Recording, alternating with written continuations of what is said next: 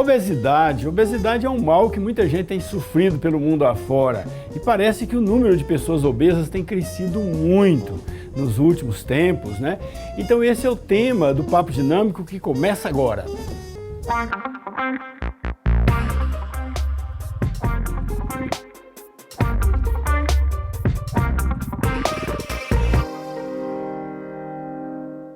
Olá, gente boa, muito boa noite. Estamos iniciando o Papo Dinâmico na PUC TV Goiás. Estamos aqui toda terça-feira, 9h30 da noite, lá no canal do programa Papo Dinâmico no YouTube e também da PUC TV Goiás e nas redes sociais, no Instagram, Facebook, Twitter. Hoje nós vamos falar de obesidade, mas nós não vamos falar da obesidade do ponto de vista médico, mas do ponto de vista nutricional. Nós estamos aqui com dois convidados, né, os ilustres convidados aqui, a doutora Janaína, nutricionista, especialista em nutrição esportiva também. Já esteve aqui conosco. Muito obrigado pela volta, doutora. Seja bem-vinda aqui ao Papo Dinâmico. Boa noite. Boa noite, professor Daniel. É um prazer estar aqui. Espero poder agregar aí com nossa informação, né, com a nossa prática clínica aqui a respeito dessa informação de obesidade que tanto tem crescido agora, principalmente durante a pandemia, né? Espero poder dar dicas e informações relevantes para todo mundo que nos assiste. Com certeza, muito simpática e certamente e muito comunicativa, né? Então vai levar muita informação, além de muito preparada, vai levar muita informação para os nossos telespectadores. E a nossa novidade aqui, que já não é tão novidade aqui no vídeo da PUC TV, o jornalista, ele é jornalista e é também agora recém-formado em nutrição, né? Nutricionista. É nutricionista também, recém-formado em nutrição pela PUC Goiás, o Renato Violi, que é agora doutor Renato Violi. Seja bem-vindo aqui, doutor Renato. Muito obrigado pela presença aqui no Papo Dinâmico. Professor Daniel, eu que agradeço pelo convite. É um desafio muito grande, né? Principalmente por uma área que eu estou sendo inserido agora, né? E é um desafio. A gente vai bater um papo dinâmico e bem construtivo para todo mundo. Com certeza, certamente vai ajudar muito, porque com a sua experiência de jornalismo, você é um comunicador, uma pessoa que comunica bem com o público, né? E geralmente essas áreas médicas são áreas que assim, praticamente falam outra língua, né? Tem outros, outro jargão, né? Outra terminologia. E com o jornalismo, certamente você vai poder traduzir isso numa linguagem bem mais acessível ao nosso telespectador, apesar de ter acompanhado aqui a doutora Janaína no Instagram, e ela comunica muito bem também com o público, né? Então, obesidade é um mal mesmo que está afetando aí as pessoas pelo Brasil e o mundo afora nos últimos tempos? É um mal do século XXI, a obesidade, doutora Janaína? Eu acredito que sim. Embora a gente não tenha um profissional médico aqui, a obesidade é sim uma doença. Tem CID, é 66, então a gente não pode deixar de esclarecer isso. É uma doença. E se tem CID, deve ser tratada como tal. Nós somos nutricionistas, nós fazemos parte desse acompanhamento multidisciplinar, né? Então tem que ter mais profissionais para que esse paciente diagnosticado com obesidade tenha sucesso no seu tratamento. Com a pandemia, o isolamento, não era de se esperar assim, que essa obesidade vinha, os números, né, de obesos vinham reduzir. Foi justamente o que a gente estava esperando, né? A obesidade, os números aumentaram. Então, Renato, a obesidade, ela foi um mal da pandemia, além do vírus, do coronavírus, nós tivemos o problema da obesidade também. As pessoas ganharam gordurinhas durante a pandemia, é isso? Com certeza, porque muita gente ficou em casa, e essa questão do distanciamento social, essa concentração dentro de um espaço pequeno, faz com que as pessoas desenvolvam, né, vários problemas, como por exemplo a ansiedade, e acaba descontando na alimentação. Então qualquer oportunidade que tem ali, vamos dar uma abertura na geladeira, pegar alguma coisinha para comer, e é justamente isso que faz com que a gente comece a ganhar aquela gordurinha, aquele peso, né? Então, peraí, entendi. Doutora Janaína, CID é aquele código de doença, né? Que Sim. Tem um livro, né? Tem um livro. Eu não sei o que significa CID, mas eu sei que é um código que descreve o número da doença. É um código internacional de doenças. Todas as doenças pulmonares, doenças do nosso sistema neurológico, neuromotor, todas têm código. E esse código é para facilitar o tratamento. E se tem CID, aí tem que ser um médico para tratar? Sim, aí se ele tem CID, ele significa que essa doença, então a obesidade é uma doença, precisa de um tratamento. E o médico, ele vai se nortear dentro daquele CID quais são os profissionais. Por exemplo, uma doença que é uma doença de pneumo, né? Que vai do pulmão, a gente falando aqui já de vias respiratórias. Ele vai precisar de um pneumo, mas ele pode precisar de uma fisioterapia respiratória. Aquele CID vai nortear o tratamento daquela doença. Então, o obeso precisa... Sob a coordenação de um médico, mas com vários profissionais. Isso, o obeso precisa ser tratado como tal. Ansiedade precisaria, talvez, de um psicólogo também, né? Perfeito, é isso aí.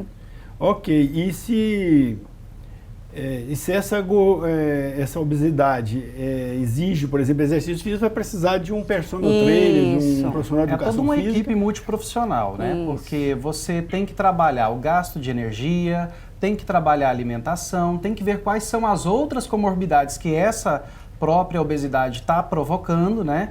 Tem a parte psicológica que nós precisamos trabalhar, porque não é fácil. Não basta só querer fazer um planejamento dietético para poder perder peso. A pessoa também tem que ter consciência. Será que ela está preparada para isso? É um grande desafio também. Pois é, mas quando é que a gente pode... Vou perguntar para os dois, assim, vocês vão responder, né? O papo aqui é dinâmico, não tem problema. A gente não vou perguntar para um, para outro, ficar essa...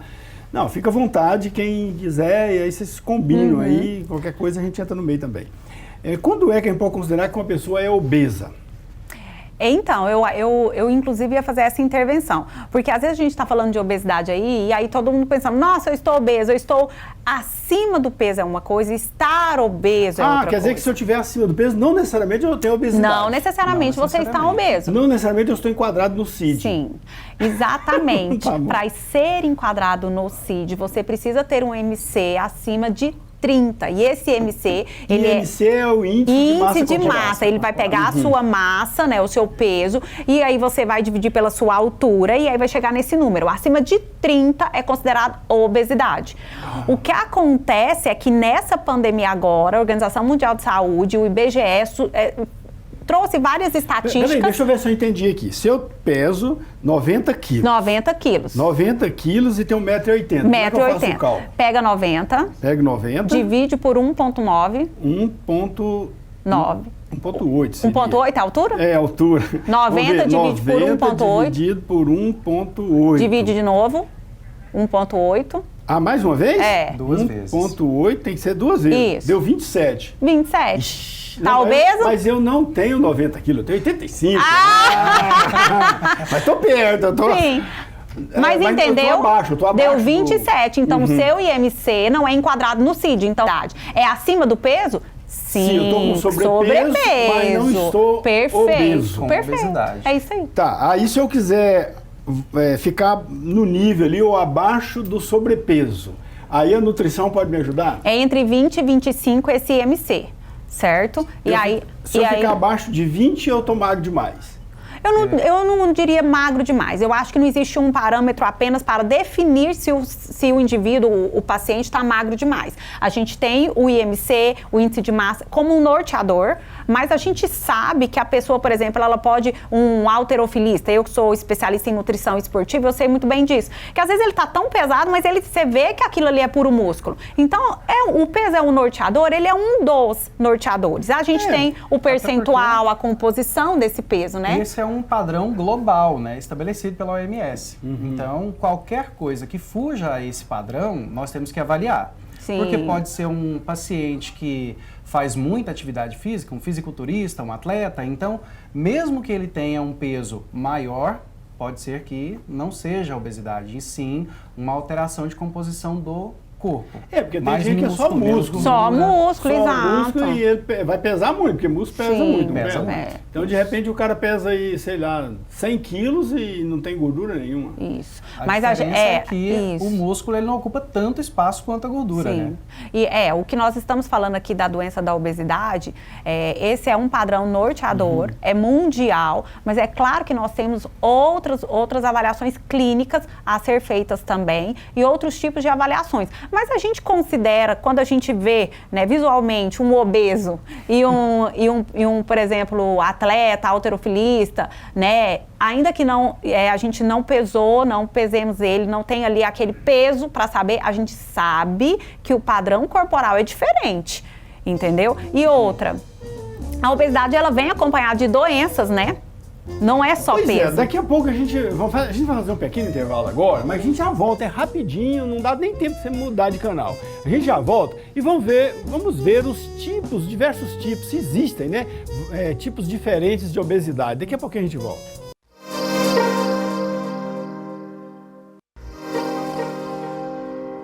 De volta com o Papo Dinâmico na PUC TV Goiás, toda terça-feira, 9h30 da noite, e também lá no YouTube, no canal do programa Papo Dinâmico. Lá tem todos os nossos programas, mais de 100 programas à sua disposição para você assistir, compartilhar, baixar e utilizar aí nas suas atividades aí profissionais, caso você tenha esse interesse. Nós estamos aqui autorizando você a utilizá-los, né? Instruindo aí, melhorando, sei lá, sua apresentação junto com o seu público, né, que você tem por aí. Então tá autorizado, tá bom? E também não deixa de curtir o nosso programa no Facebook, no Instagram, no Twitter, sempre lá no perfil do programa Papo Dinâmico. Sugere tema para nós, convidados. Hoje, por exemplo, nós estamos falando de obesidade sob o ponto de vista da nutrição, com o doutor Renato Violi e também com a doutora Janaína Macedo. Então, existem vários tipos de obesidade ou obeso é sempre de um tipo só? A obesidade, ela é dividida em categorias. Sim. Nós temos os graus 1, 2 e 3. Então, para cada etapa tem um percentual de classificação que faz parte do IMC, que foi o que a gente estava calculando no primeiro bloco.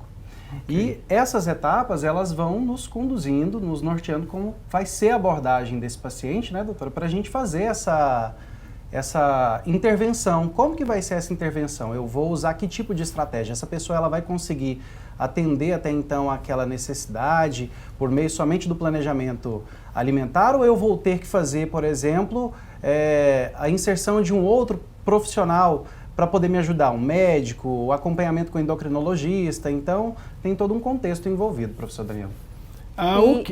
E eu acho também que essa questão da obesidade, tipo 1, 2, 3, são os graus, são os níveis, poderíamos dizer assim, e a gente tem também os tipos de obesidade. Por exemplo, aquele paciente com uma característica de obesidade mais maçã, ou seja, aquela gordura mais na região do abdômen. Ou aquele paciente que tem uma concentração de gordura mais nos membros inferiores, nos braços, e mais distribuído, que a gente chama de obesidade pera. Então, a gente tem também esses tipos além dos de pacientes. Os níveis é mais nível de gravidade, né? Exato. De comprometimento, digamos assim. Isso. E os tipos são onde a gordura está localizada. Isso, a concentração daquela gordura está no nosso corpo. E isso também está diretamente relacionado com as doenças. Porque uma pessoa que tem aquela obesidade maçã, né, ela tem aquela gordura mais na região aqui do abdômen, no caso de mulheres, abdômen, flancos, no caso de homem, abdômen, peitoral, ela também é uma doença que vem associada com resistência à insulina mais forte, né, que é o risco de desenvolver diabetes, pré-diabetes, esteatose hepática, triglicérides alto, né, porque é uma doença onde a gente tem mais aquela gordura visceral, né, mais envolvida ali com o sistema cardiovascular, doenças cardiovasculares. A gente vê assim, tem pessoas que comem para danar e não engorda. Uhum. E tem outras que não pode comer qualquer coisinha que está engordando. Uhum. Por que isso ocorre? A gente não, eu brinco que emagrecimento e excesso de peso é metabolismo. Os dois, tanto para você emagrecer um paciente, quanto para você diagnosticar que ele está obeso, por que ele está engordando, a gente precisa avaliar ali um pouquinho o metabolismo desse paciente. Então, é matemática. Por mais... Não, é nutricionista esportiva também. Sim. Nós tivemos aqui, o Renato deve ter acompanhado como jornalista também, o caso de um jogador de futebol aqui, o Walter, né, que foi um ídolo, é um ídolo do Goiás até hoje. Perfeito. Que ele era um atleta, o cara era um atleta. Mas ele tinha dificuldade de emagrecer, ele tratava, mas não conseguia emagrecer, fazia às vezes dieta e não conseguia. Nem sempre fazia dieta, mas quase sempre fazia. Por que isso ocorre? Ele tem uma doença, além da obesidade, ele tem outra doença, é isso? É preciso avaliar, mas o que pode estar acontecendo é que a taxa metabólica dele é muito alta. Então, a alimentação que ele está fazendo pode não estar sendo suficiente para poder atender a demanda, ou se a taxa de metabolismo dele é muito baixa, quando ele faz a ingestão de algum tipo de alimento, automaticamente a quantidade não está sendo suficiente para ter aquele déficit calórico. Então, se eu não tenho déficit calórico, automaticamente eu não perco peso. Ele estava acima do peso, esse atleta? Ele sempre ficava acima do peso. E ele é atleta? É atleta, está jogando. Provavelmente, por isso que eu falei que é matemática, é exatamente isso mesmo que o Renato... É uma conta difícil, Isso, né? que o Renato explicou. Ele tem o que a gente chama de, entre aspas, tendência a engordar. Eu vou falar o que isso significa, né? Porque a gente fala, tem tendência, não tem tendência. Tem gente que tem tendência a engordar. Isso está envolvido com a genética. E tem gente que é puramente porque ele come em excesso alimentos errados, combinados errados. Agora, entendi. Tem sim uma tendência? Tem. Eu fiz a minha habilitação em mapeamento genético em 2017 e eu descobri que, de fato, existem pessoas que, entre aspas, são programadas para engordar. A gente tem o gene da obesidade, ele tem nome, chama FTO, Fat Obesity Mass, e tem gente que tem o alelo de risco. No caso desse gene, é o alelo A, é um pouco, às vezes, complicado para quem está nos escutando entender isso, mas esse gene, o que vocês precisam saber é que são pessoas que têm mais facilidade de ter uma massa corporal maior comparado com a altura, e são pessoas que acumulam mais facilmente gordura quando comem em excesso. Então, são pessoas que... O desequilíbrio hormonal pode causar isso? Sim, também. É um dos fatores. Porque se a pessoa ela tem, por exemplo, uma baixa de testosterona, um aumento de cortisol que leva à ansiedade, ela tem um desequilíbrio hormonal. Mas o que ela vai fazer? Ela vai acabar comendo mais por um desequilíbrio hormonal. Não necessariamente relacionado à comida, né? Porque a comida também leva ao desequilíbrio hormonal por causa da insulina. Mas a gente pode ter antes um desequilíbrio, por exemplo, de cortisol ou testosterona. Mas se ela come, ela piora esse cenário, porque aí ela acaba desequilibrando quem? A insulina também. Okay. Então eu entendi. Tem pessoas que têm uma capacidade maior de reter gordura e outras uma facilidade maior de eliminar essas gorduras em função de alguns transtornos que porventura elas tenham. Sejam transtornos orgânicos, como hormônio, testosterona, cortisol. Você falou outra coisa, cortisol, ou então ansiedade, transtorno psicológico, né? Ansiedade, transtornos de comportamento, né? Ok. Agora, quais as consequências da obesidade? Uma pessoa obesa, nível 1, nível 2, nível 3. Que consequências tem isso para a saúde? Porque a gente vê alguns gordinhos tão alegres, tão felizes da vida, e outros revoltados, chateados, porque são gordos e escondendo o corpo. Como é que Olha, isso vai muito da pessoa, mas a obesidade em si, ela tem como característica a mudança da forma corporal. Então isso mexe muito com o psicológico daquela pessoa, né? Ela pode ter uma tendência à infelicidade, tanto por estar acima do peso, quanto com não conseguir reduzir aquele peso. Então, a gente já tem um distúrbio de ordem emocional, psicológica. Em se tratando de doenças, como a Janaína explicou, nós temos vários tipos de obesidade. Então, se eu tenho, por exemplo, mais concentração abdominal e menos na região dos glúteos, isso pode ser um indício, por exemplo, de doença cardiovascular, problemas cardíacos. Então, para cada etapa, a gente tem um problema de gordura no fígado também. Tem a ver com a obesidade? Tem gente que tem gordura no fígado. Eu queria só fazer uma ressalva sobre as comorbidades da obesidade, né? A obesidade, ela é uma doença e aí ela vem com as surpresas, os presentinhos. Os agregados, né? Que são as comorbidades, né? E aí a gente tem esteatose hepática, triglicérides alto, a gente tem colesterol alto, a gente tem as N doenças cardiovasculares, além de doenças de cunho emocional, ansiedade, né? O que vem norteando a obesidade não é simplesmente o aumento do peso, é algo muito mais complexo. Além de virar referência também no estádio, no teatro, no avião. Ninguém quer sentar perto dele. Ninguém quer, né? E a esteatose hepática, ela é justamente uma das comorbidades advindas da obesidade, que é a gordura no fígado. E é muito engraçado porque não necessariamente o obeso, quem está acima do peso, vai ter esteatose hepática. Mas aquela pessoa que está obesa e que está comendo errado, no caso da esteatose, a gente tem os triglicérides altos, que é uma gordura que vem das quitandas, do carboidrato. Então, um obeso, se ele tiver aumento no consumo de padaria, quitanda, pão de queijo, bolo, ele vai gerar um aumento de triglicérides, que é uma gordura que fica circulante, ela acaba fixando aonde? No fígado. E aí gera N problemas. Por exemplo, ferritina alta. Tem muitos pacientes que chegam no consultório com ferritina alta. E aí, o que eles pensam? A minha ferritina está alta, eu vou diminuir vegetal verde escuro.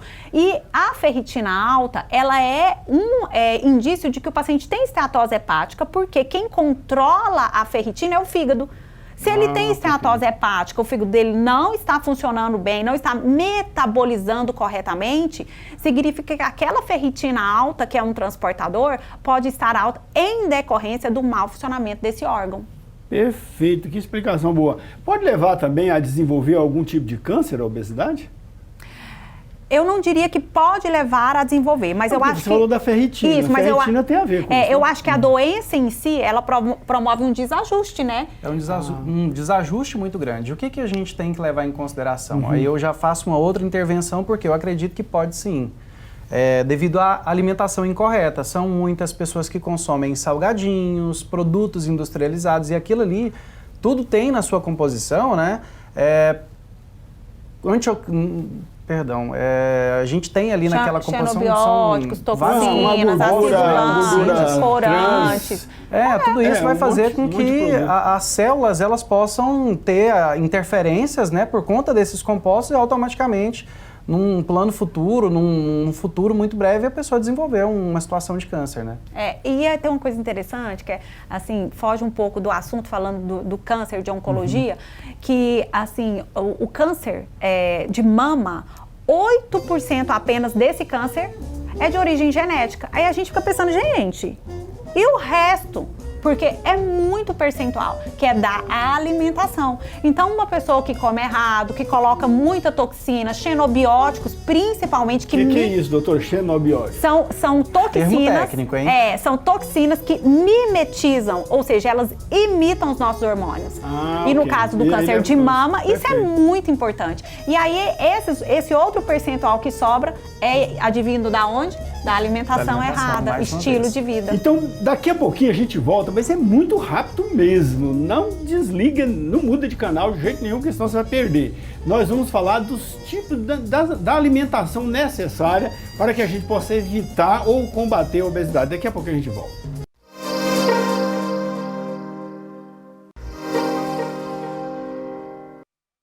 De volta com o Papo Dinâmico na PUC TV Goiás, toda terça-feira, 9h30 da noite. Estamos aqui, né, sempre trazendo um programa, um tema de muita utilidade para você e sua família. Esse é o nosso foco, você e sua família, para que você possa aproveitar o tempo que nos assiste aqui e levar informações que possam ser muito úteis, né, para a sua vida e a vida das pessoas que você ama, tá bom? E estamos aqui hoje entrevistando dois doutores, o doutor Renato Violi. Doutor Renato Violi, que é jornalista e nutricionista, recém-formado em nutrição, mas já está atuando profissionalmente, né, Renato? Já atuando, bem recente, e já tá um desafio trazendo bacana, informação, né? Trazendo informação. A missão acho que é essa, né? Eu vim para a área da saúde justamente para fazer essa ponte. Tem muito termo técnico que a área da saúde possui, e aí fazer essa transcrição, encontrar termos que fiquem mais próximos das pessoas, acho que vai ajudar bastante, principalmente na adesão ao tratamento.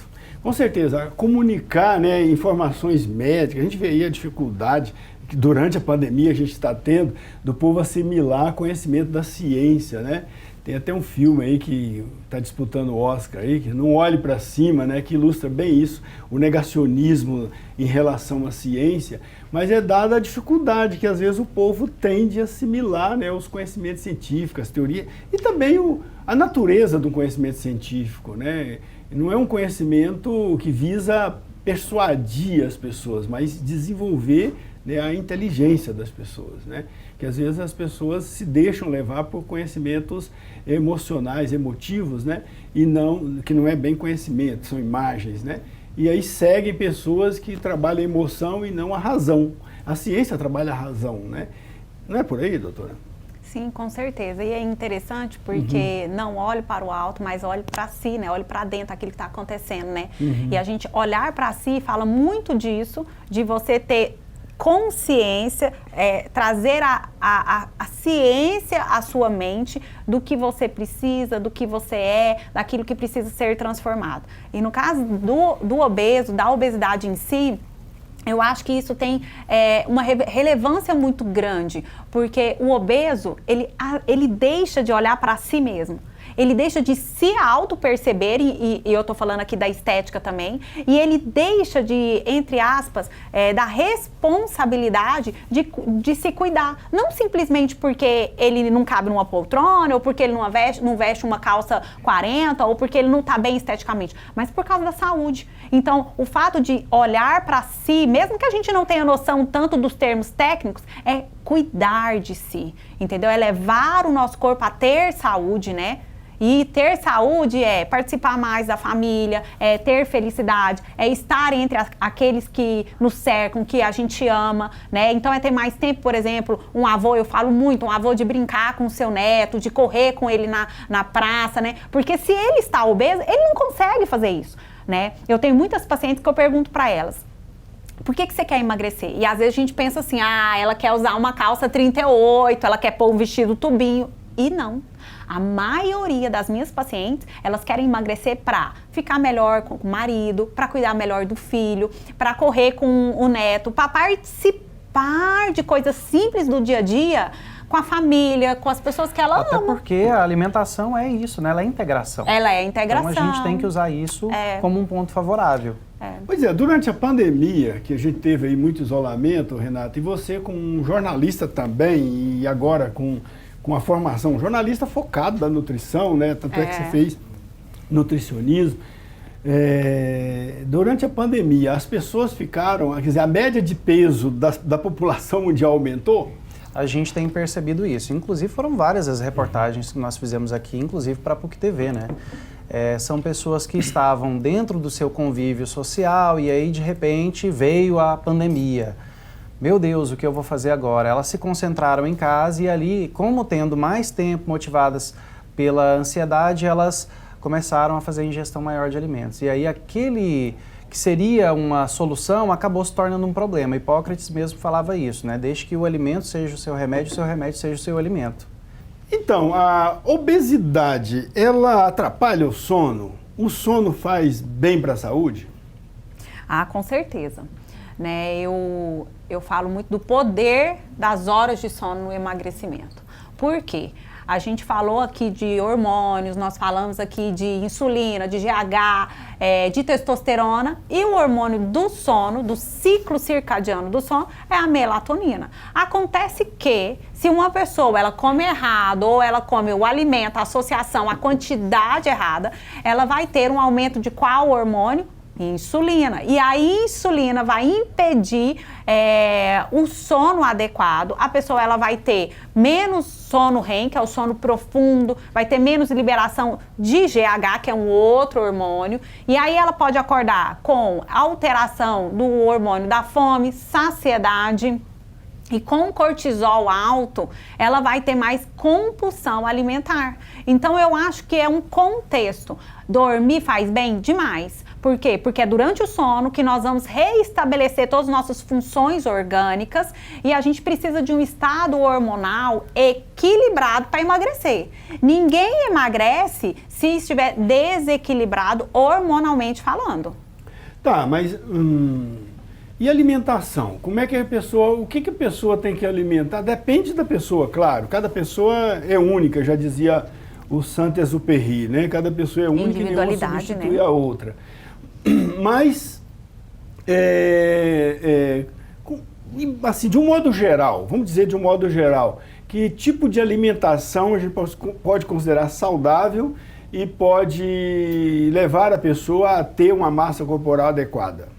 O ideal seria que ela trocasse os alimentos, né, fugisse um pouquinho dessa rotina de industrializados e tentasse trazer para ela o mais próximo da naturalidade, que são as frutas, verduras, legumes, folhagens.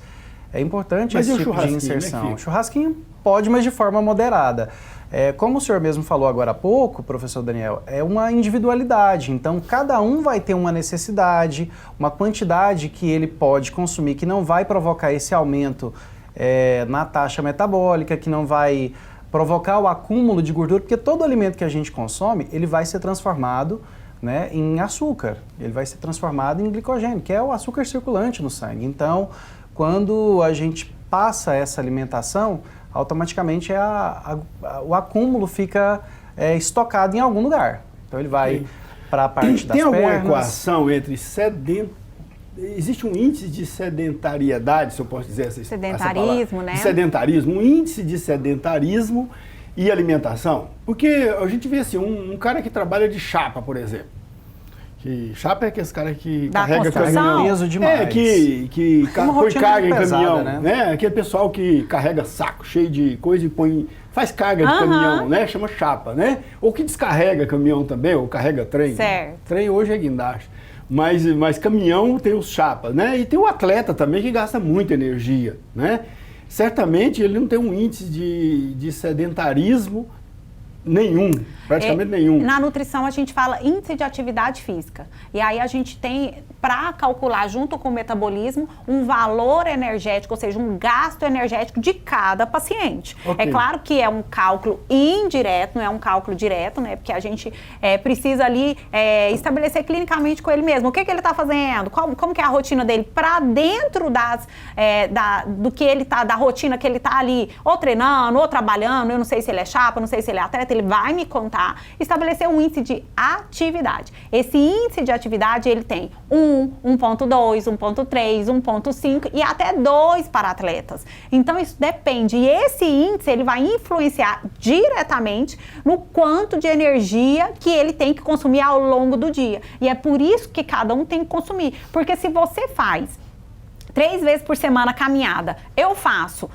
todos os dias, vamos supor, crossfit, luta, e ele faz 7 vezes por semana treinamento intenso, nós temos aqui uma individualidade. Não tem que comer a mesma coisa nós 3. Por quê? Porque o índice de atividade está diferente em cada um. E isso vai levar uma quantidade energética. Atividade física, porque faz parte da sua rotina. Então, se a pessoa desenvolve atividade física, ela já não está na rotina dela, ela está excedendo a rotina, ela está agregando, ou seja, está tendo um gasto maior de energia naquele momento.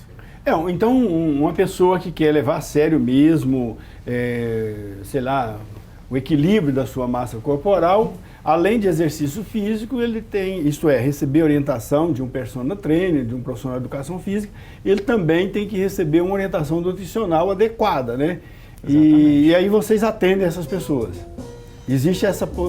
Você é nutricionista clínica. Sim. Então você atende lá a gente e orienta a pessoa, ou você tem que estar junto ali como personal trainer, está lá na academia, não precisa estar junto. Quem faz a periodização do treino, o que ele vai fazer, sequência, série, período, a periodicidade de cada treino, o tipo de treino, como executar, é o personal. O personal, o professor de educação física, né, que vai ali monitorar essa periodicidade de treino. A alimentação somos nós. Mas vocês dão uma orientação, mas não precisa, o personal trainer tem que estar junto, tem que estar acompanhando, mas vocês não precisam necessariamente estar lá junto. Eu vou lá e faço uma consulta com você me passa uma orientação geral e eu vou executar. E de vez em quando volto lá. Se eu achar que está indo bem, não precisa voltar, mas se eu achar que tem alguma coisa, eu vou lá e consulto você. A cada encontro a gente faz os ajustes na alimentação para adequar aquela necessidade no momento. Perfeito. Vamos fazer de novo um pequeno intervalo e já voltamos.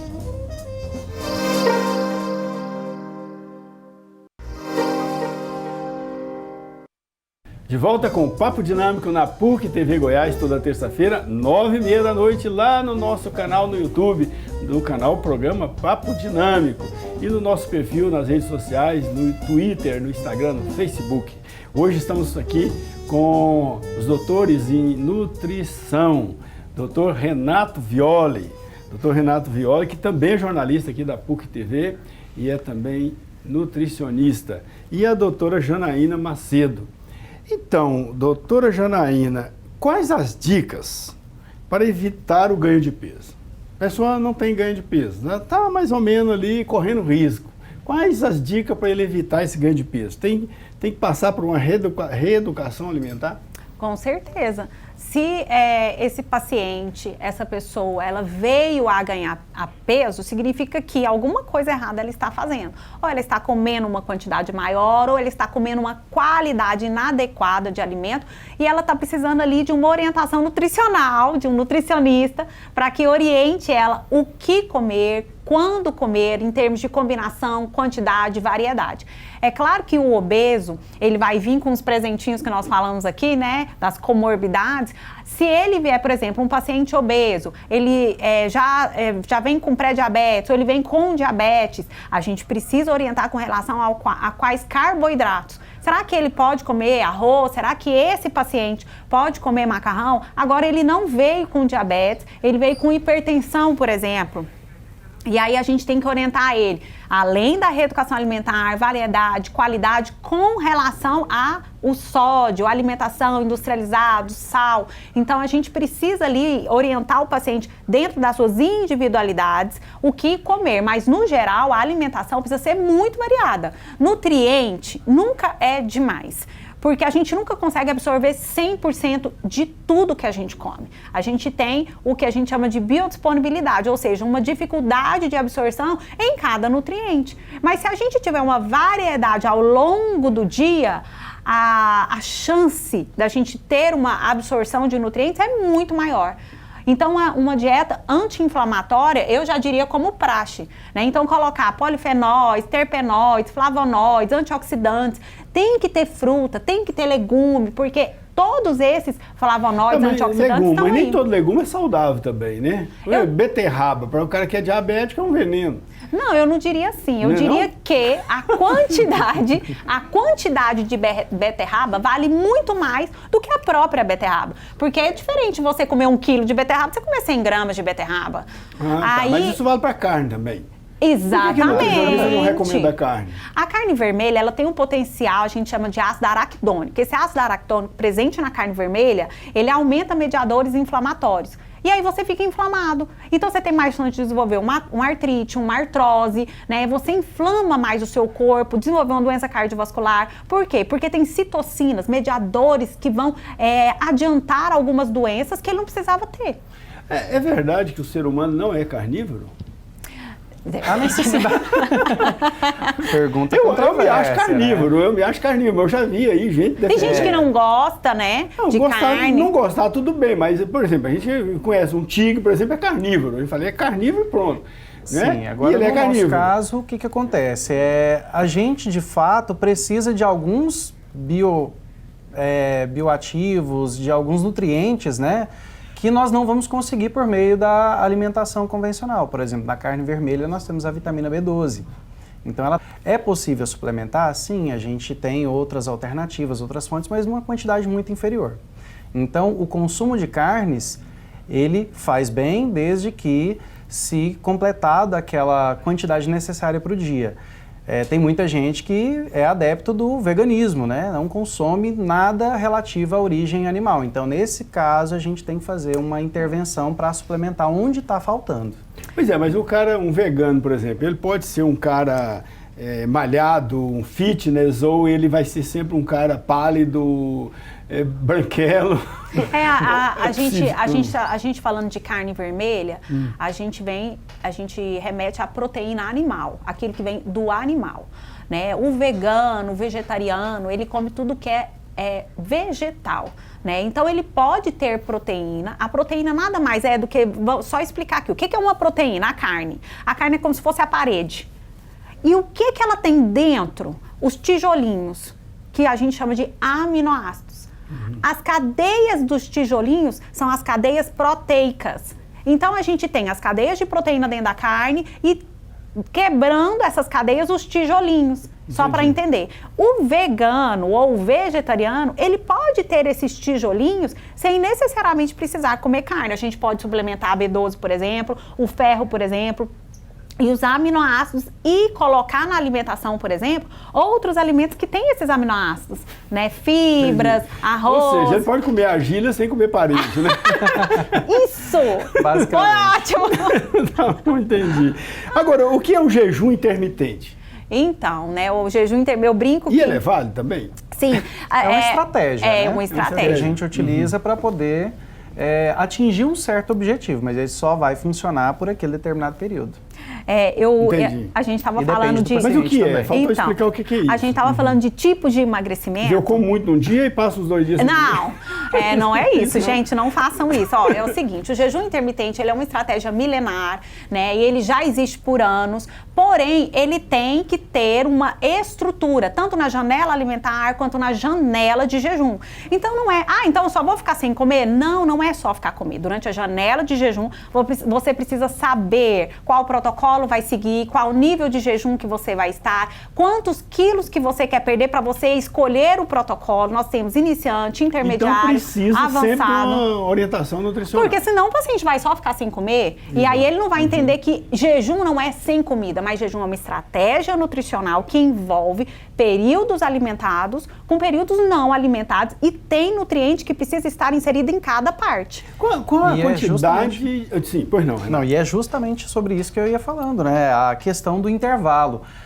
Não adianta eu fazer um jejum e depois, quando terminar aquele período, aquela janela, eu comer bastante. Então, a estratégia que eu fiz durante todo aquele tempo foi por água abaixo, né? Perfeito. E qual é o ideal, assim? Quantas alimentações a gente deve fazer por dia? Porque a gente vê aí, ó, tem gente que não faz nenhuma alimentação por dia, tem gente que só faz 1 ou 2 alimentações, tem gente que faz 4. Tem um candidato a presidente... Eu vou deixar o Renato falar primeiro. E falava assim, não, quando eu for presidente, o pessoal vai ter 4 refeições por dia. Qual é o ideal? Eu acredito que depende muito da rotina. Tem pessoas que se adaptam bem ficando sem comer o café da manhã, por exemplo. Outras já têm aquela necessidade. Então, dentro de um planejamento alimentar, se tudo estiver bem distribuído e adequado, é válido. Você pode ficar só com o seu almoço e com o seu jantar, mas assim, é legal isso. Se o cara está com sobrepeso, ele tem que consumir menos energia do que... Ele tem que consumir menos do que gasta. Perfeito. Tem que ser negativo. Se ele está no equilíbrio, ele tem que consumir a energia que ele come no dia, ele consome no dia. Porque se ele não consumir, ela vai se depositar no tecido adiposo para os dias seguintes. Vai acumular, é isso? Estou aprendendo, vocês estão me ensinando aqui, eu espero que nós estamos... Mas com relação a isso que o Renato estava falando, de comer quantas refeições, hoje em dia, com a ciência da nutrição, eu posso dizer assim que o meu posicionamento enquanto nutricionista é que não existe mais aquela regra tradicional de comer de 3 em 3 horas.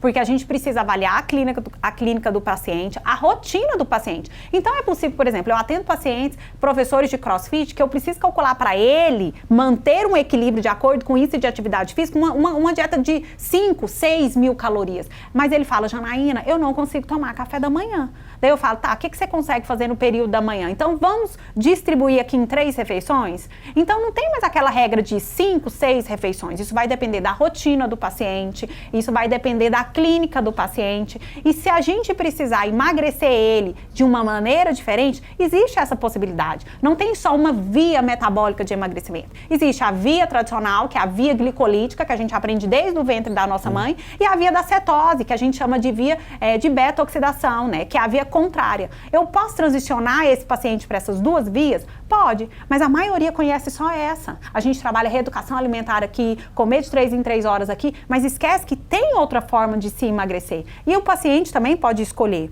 Às vezes ele está aqui com tentativas frustradas de emagrecimento, pensando numa bariátrica, porque não dá conta de parar de comer, não dá conta de ficar com aquela...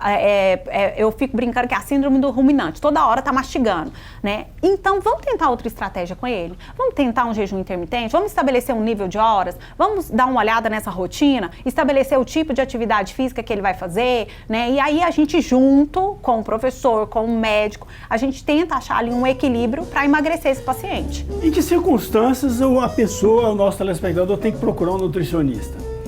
Ele deve procurar sempre que ele quiser uma orientação de qualidade, com embasamento na ciência, porque nós estamos falando de sua saúde. Então, fontes confiáveis, você vai encontrar com um profissional de qualidade habilitado para isso. Modinha de internet, sai fora. Também no caso de ele começar uma atividade esportiva, fazer, sei lá, matricula numa academia e vou fazer agora para eu adquirir um condicionamento físico. Não basta só orientação do profissional de educação física, precisaria também do nutricionista, não? Além do cardiologista, que geralmente faz, né? Algumas academias até pedem um laudo, que a gente vê muito o laudo médico, mas 70% é boca e 30% é atividade física. É um cálculo matemático? É, porque ele tem que gastar mais do que ele come. Então, se ele está gastando menos, né, mesmo fazendo atividade física e comendo mais, tá errado, ele vai engordar. Então, a gente precisa desse equilíbrio, entendeu? Tá, mas se ele começa a malhar muito das calorias que ele ingere vão se transformar em músculo? Existe essa possibilidade? A transformação do músculo é algo mais complexo, né? Porque a gente envolve ali uma construção muscular. Ele precisa de uma alimentação específica, né? Ele vai gastar caloria do mesmo jeito, mas a construção acontece depois. Então, não necessariamente gastando caloria, a pessoa vai ficar... Exatamente. Ficar cheio de músculo, Perfeito. Né? Não vai. O gasto calórico, o gasto calórico é uma coisa. A construção de fibra muscular é outra coisa. Então, se você malhar muito aí na academia, pensando que vai ficar bem musculoso, você pode ficar magrinho, virar um osso só e não adquirir músculo nenhum. É isso, doutora? Exato. Precisa justamente de uma alimentação ideal para isso. Gente, nós estendemos demais o fim do nosso programa aqui. A musiquinha tocou muito tempo, mas foi bom que fez o fundo musical. Eu agradeço muito a presença de vocês. Doutora Janaína Macedo, muito obrigado. Boa noite. Muito boa noite a todos vocês. Foi um prazer estar aqui de novo. Igualmente. Né? Espero que o pessoal tenha gostado, que a gente possa ter levado informação aí de qualidade. Tá bom. Doutor Renato Violi, obrigado pela presença. Fiquei muito honrado aqui com a sua participação. Muito obrigado mesmo. Boa noite. Eu que agradeço, professor Daniel, pela oportunidade, pelo espaço. E espero, né, ter contribuído, ainda que de uma forma pequena, mas para que a população possa receber um pouco mais de informação de qualidade e a gente construir uma vida cada vez melhor. Com certeza. E para você que nos acompanhou, nosso abraço, boa noite, até a próxima.